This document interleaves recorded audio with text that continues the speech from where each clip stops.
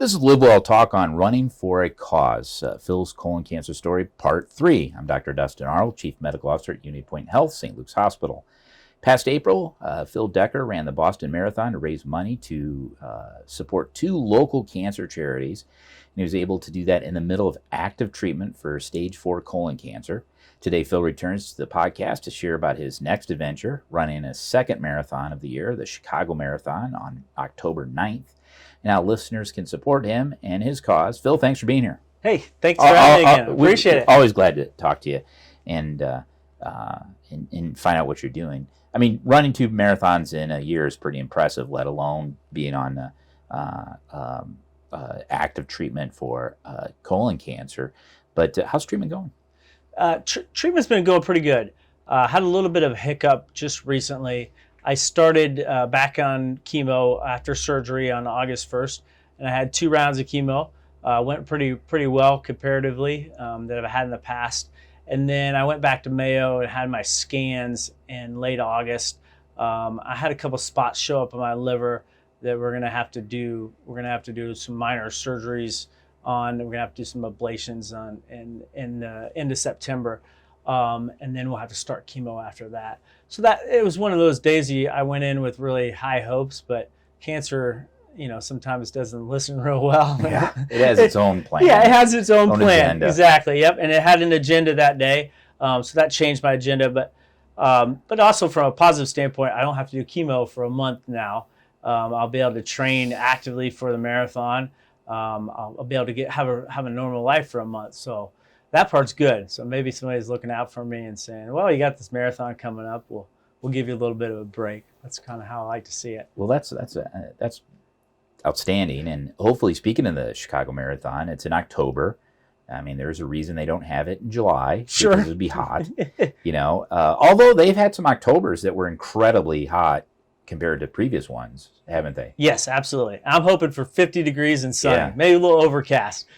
My youngest runs cross country for Xavier, and she had a meet last week when it was really hot, and those kids are just dying. Just dying. I was dying just watching it, let alone that. So, well, I know you think through things. That's part of your accounting background, I think. Your finance, you don't take chances. But so, what goals do you have for Chicago? Well, so my first goal would have been to finish. And I try to put myself in a position to make sure that I can do that. And I'm definitely in that position now. I ran a half marathon at Nubo. Nubo has a half marathon every year. And I did that this weekend. I felt great. My goals have changed just because of that. Boston, I ran 4:24. Chicago's a flatter course, so in theory, it'd be easier. As long as we don't have heat, Yeah. what you brought up. If we have heat, then everything changes. So my goals a stretch goal for me would be to finish in under 4 hours. I think I can go out and do the first half in under 150, and I'm going to have a little bit more prep time where I'm not as beat up. I'm not doing chemo where I'm having to run every 4 days out of a 2-week span. I could run basically 5 out of 7 days now. From now until the marathon, and that'll be a huge difference. So, if I can run in under 4, I'd be really excited. Now, when you're preparing for these, how soon? When's your last day of running prior to the marathon itself? So I will. You taper probably the last 2 weeks. 2 weeks. Okay. Yep, last 2 weeks. So I'll literally run 3 miles the day before the marathon. They call it a shakeout run, just to get just to make sure your legs are still feeling pretty good. I'll just run less mileage in the last 2 weeks. So it'll be the same days. Let's say today I would normally run 7 miles. When I get down to those last 2 weeks, maybe I'll run 5. So you're just decreasing your mileage going into it. And that was a personal question, not because I'm a runner, because I got in an argument with my youngest daughter. I said, I think you're supposed to cut back as you get closer to the race. And anyway, so and I think I know she's not listening because my daughters don't listen to my podcast, which that's a whole nother podcast. But I'm glad to know I was right. So Good. I will be a reminder of that when I get home tonight. Now, the 2 charities that tell us about each of those and how they'll benefit, other than awareness, which is important. Sure. From the Chicago participation. So we're going to continue to work with I Know Jack, the I Know Jack Foundation, and for people who are listening who don't know, the reason why I'm sitting here, first of all, is every cancer patient when they come to St. Luke's, they will get a I Know Jack backpack, and it has a lot of things in there that are for cancer patients.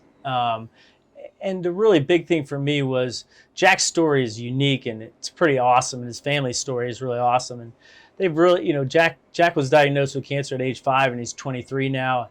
And that family really took it upon themselves to take a really hard situation and make other cancer patients feel better. And that really meant a lot to me, and I wanted to do the same thing for that. And then the Children's Cancer Connection, they do camps for Iowa kids. And I mean, after going through cancer and still being in the fight, I cannot imagine what it's like for a poor kid to have to go through chemo or to go through these surgeries. I mean, it's heartbreaking.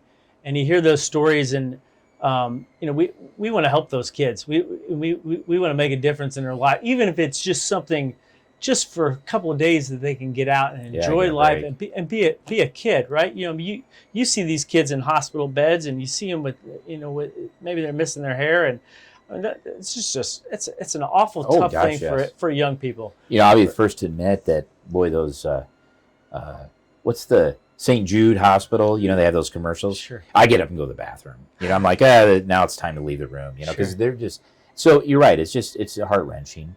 And maybe even more heart-wrenching with children because they're so sweetly brave about it. I'm like, man, I wouldn't be that brave. Yeah. So that is always it's impressive and admirable at the same time. It is has a degree of sadness. Yeah. It's one of those things in life. Now, medicine, as we say, is a team sport. And although you'll be running by yourself, but tell us a little bit about how the Community Cancer Centers helped you during this process. I can't say enough for the people that have taken care of me here. I mean, when I walk into chemo, I've done a lot of chemo, not as much as some people for sure. But I have never. I have a team of nurses and docs and PAs, and they have never shown me outwardly that they're having a bad day. When I walk in there, it's about taking care of me and trying to make sure that I have the best day. And I know they're human, and I see them on different days. I know they're human, and they're just like you and I. They have tough days, and they never show it. And the support I get, you talk about like the Connies of the world. I can call Connie any time of the day, and she'll answer the phone, and she's done things for me that just wonderful. I started lifting weights with Matt recently. Matt Schmitz, I can't say enough good things about that guy. Good guy. He's absolutely great guy. He's, just hearing his story on why he's working with cancer patients. And, I feel like the people that I come in contact with here they're doing it. They're not showing up to work to just do a job.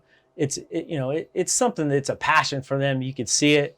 They care about you. They want you to be out of there. They want to see you do well, and even the support I've gotten for raising money for other people, there's a genuine sense of, hey, these people care about you, and that's all you can ask for, right? And I think I've talked about this before.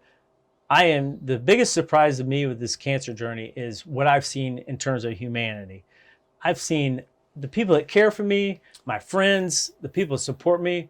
It's wonderful. And I know this community, from a charity standpoint, is probably in terms of a community the size of Cedar Rapids, we punch way above our weight. Oh, definitely. We raise a lot of money for people, and just to see that support, for myself, it's been wonderful.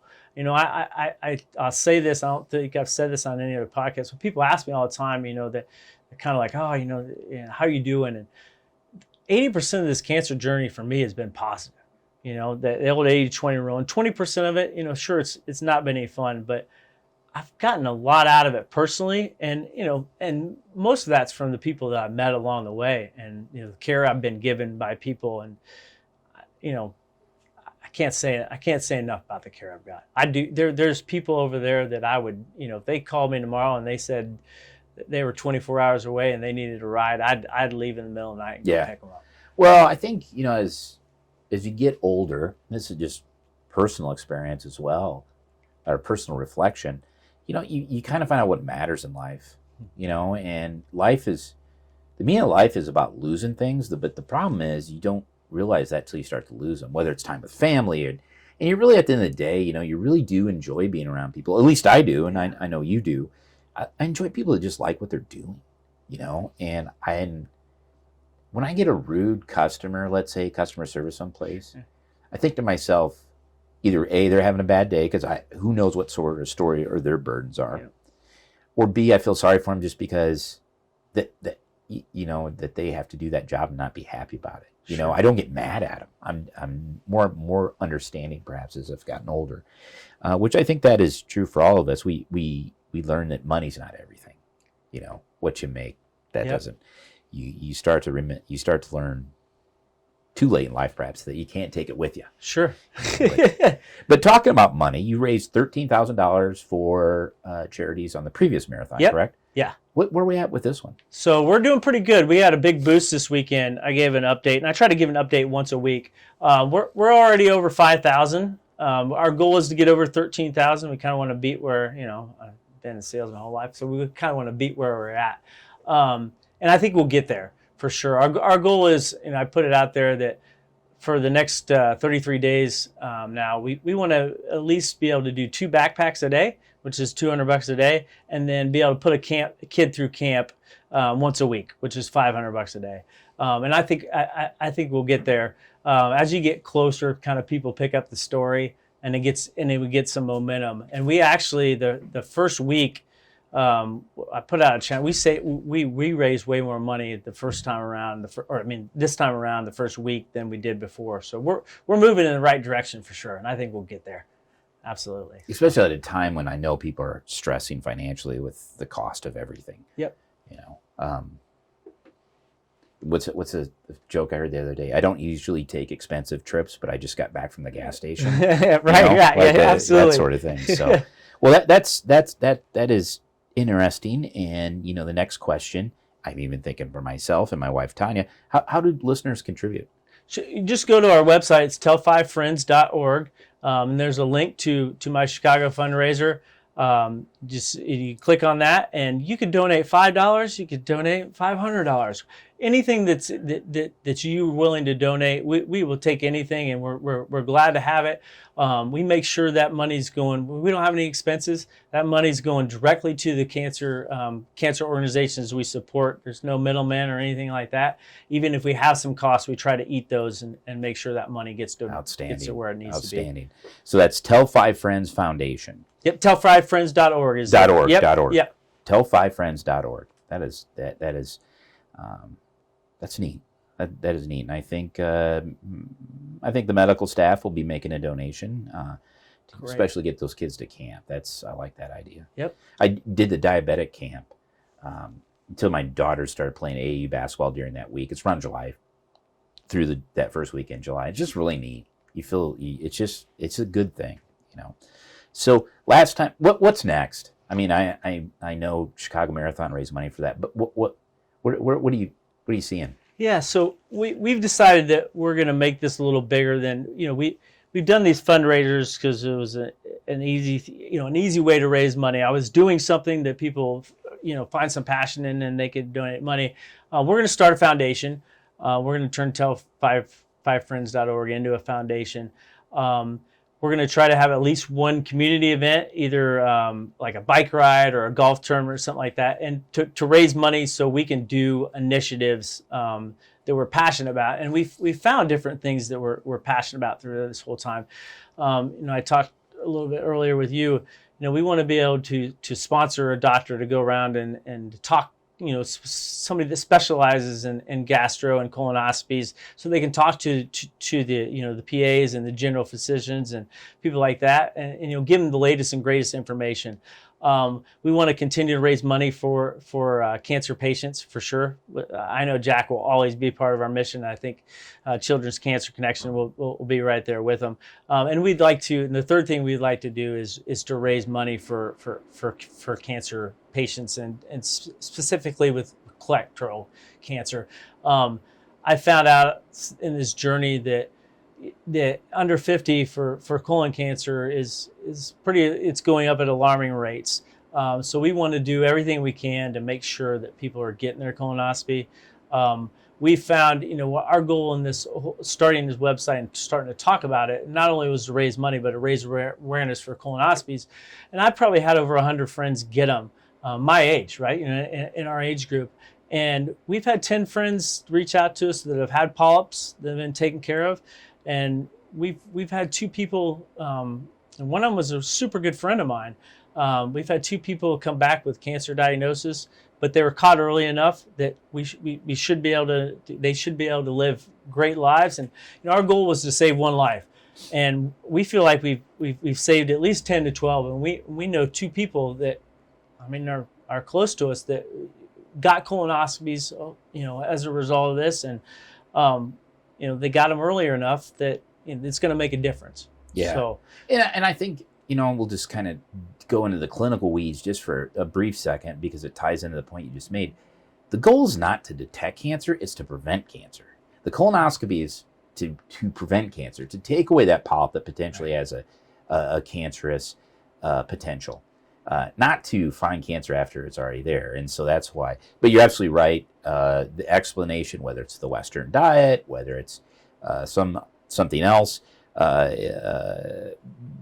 community-wise, toxins, etc., who knows? But it's happening to younger people all the time. And it used to be kind of, it's you knew of another doctor's patient that was really young, and now you know the 2 you have that are really young, getting colon cancer. And it's like, wow, that shouldn't be happening. So, Phil, thanks for joining me. I always enjoy talking to you. Absolutely. And the listeners don't know, we always have a good pre-discussion about just what's going on, and I always look forward to that as well.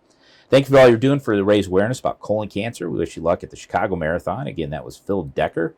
Will be running his 2nd marathon of the year on October 9th at the Chicago Marathon to raise awareness about colon cancer, raise money for the I Know Jack Foundation, as well as the Children's Cancer Connection. If you'd like to support Phil's campaign, visit tell5friends.org and visit the How to Help page.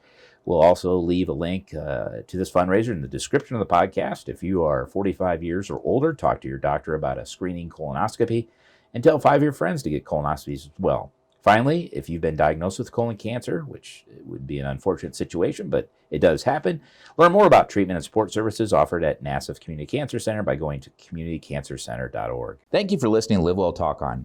If you enjoyed this episode, don't forget to subscribe, and if you want to spread the word, please give us a 5-star review and tell your family, friends, neighbors, strangers about our podcast. We're available on Apple Podcasts, Spotify, Pandora, or wherever you get your podcast. Until next time, be well.